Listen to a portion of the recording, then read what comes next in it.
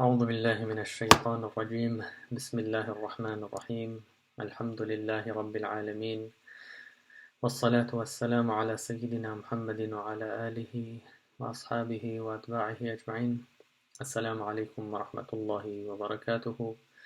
We are reading Imam Al-Ghazali's work Ihya Ulum al-Din. We have completed the introduction of the book of the secrets of fasting, and we will begin inshallah with the first chapter. Al-Fasl al-Awwal. Imam Al-Ghazali says rahimahullah, Al-Fasl al-Awwal, the first chapter, في الواجبات والسنن الظاهرة واللوازم بإفساده. This chapter is about the mandatory actions of fasting, the recommended actions of fasting, both of which are external, وَاللَّوَازِمِ بِإِفْسَادِهِ, and those things that must be done if one's fast is invalidated. أما الواجبات الظاهرة فستة. In the case of the mandatory actions, the external mandatory actions, they are 6. Inshallah, we'll go over these 6 without reading everything that Imam Al-Ghazali says for the sake of time. But if you would like, there are works, there are translations of Ihya that are available. I would recommend that you buy one and read this section completely. Al-Awwalu, the first mandatory action. مراقبة أول شهر رمضان وذلك برؤية الهلال. Observing and looking out for observing the beginning of the month of Ramadan, and one does this by sighting the moon, by sighting the crescent. الثاني النية. The second mandatory action is intention, and intention is given a lot of importance in the religion of Islam, because of the saying of the Prophet sallallahu alaihi wasallam, إِنَّمَا الْأَعْمَالُ بِالنِّيَّاتِ. Indeed, the validity of actions is based on their intentions, and intentions are actually one of our greatest tools against shaitan. And shaitan is very afraid of those who have pure intentions for the sake of Allah subhanahu wa ta'ala. He himself admits when he says إِلَّا عِبَادَكَ الْمُخْلَصِينَ, he says he says to Allah subhanahu wa ta'ala that I will make sure that all your servants go astray, meaning all human beings go astray, except those servants of yours whom you have purified, meaning whose hearts you have purified, and whose hearts belong only to you, and their intentions are purely for your sake. So this tells us shaitan admits that whoever has pure intention, a sincere intention for the sake of Allah subhanahu wa ta'ala, shaitan will not be able to lead them astray. May Allah make all of us from those who are mukhlas, who have been given a pure heart by Allah subhanahu wa ta'ala. الثالث, the third mandatory action is الإمساك عن إيصال شيء إلى الجوف عمدا مع ذكر الصوم. Abstaining or refraining from entering anything in one's stomach, in one's body, intentionally, while remembering, while knowing that one is fasting, that we are fasting. Meaning, if we forget that we're fasting and we eat something, we drink something, we put something in our body, that will not invalidate one's fasting. But we must make sure that while we are aware and while we know we are fasting, that we do not eat or drink anything. And of course, there is much that goes into it. Like I said, I cannot explain everything. Please, if you have questions, ask your local imams, or you can leave a note in the comments section, and I will try to answer, inshallah. الرابع الإمساك عن الجماع. The fourth mandatory action is staying away from sexual intercourse. الخامس الإمساك عن الاستمناء. The fifth mandatory action is staying away from anything that leads to the outcome of a sexual intercourse. السادس, the sixth mandatory action, الإمساك عن إخراج القيء. Abstaining from intentionally vomiting.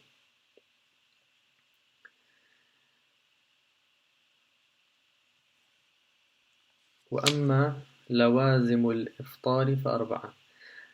In the case of those things that one must do if one's fast is broken, they are four things. Al-Qada'u, the first thing that we must do is we need to make up that fast some other day. Wal-Kafaratu, we have to pay a penalty if we break our fast by if someone breaks their fast through sexual intercourse, that requires them to give a kafara. والفدية وإمساك بقية النهار تشبيها بالصائمين. And the third one is al-fidya, meaning there's a certain that is also a type of penalty, but it's not in return.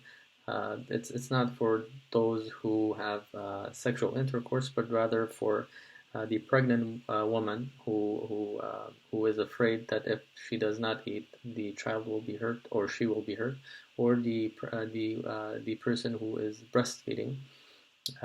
Also, if they are afraid that fasting will harm them or harm their child, it is okay for them to break their fast, but they have to pay a fidya. Again, the details of which I would recommend that you ask your local Imam about, or leave a question in the comment section. And also, whoever breaks their fast, whether that they break it for a valid reason or it's sinful, they sinfully break it, they must make sure that they continue abstaining from eating and drinking throughout the day, meaning they shouldn't go out and start eating in front of everyone, or in the house start eating in front of everyone who is fasting, just for the hurma, because it is out of respect for the month of Ramadan and for those who are fasting. And وأما السنن فست. In the case of recommended action, there are 6. تأخير السحور, delaying one's meal before sunrise, meaning delaying it right until before sunrise, a few minutes before sunrise. وتعجيل الفطر بالتمر أو الماء قبل الصلاة. The second one is being very quick to break our fast after sunrise, after sunset, before praying, either by eating a date or by drinking some water. وترك السواك بعد الزوال. And the third recommended action is leaving siwak, meaning not using siwak after the zawal, after dhuhr prayer. And this is in particular in the Shafe'i madhab, because Allah Azza wa Jal loves the smell of the mouth of the person who fasts, and siwak is used to get rid of that smell. It is recommended that we don't use siwak, so that smell stays, which is very beloved to Allah subhanahu wa ta'ala. وَالْجُودِ. And the fourth one is generosity. It is the sunnah of the Prophet sallallahu alaihi wasallam. The Prophet sallallahu alaihi wasallam was always generous, but especially in the month of Ramadan, the Prophet sallallahu alaihi wasallam became even more generous. So it is also recommended that we become more generous than usual. وَمُدَارَسَةَ الْقُرْآنِ. And also studying the Quran. This is the fifth one. Studying, reading, implementing the Quran in the month of Ramadan. and making it a habit of ours.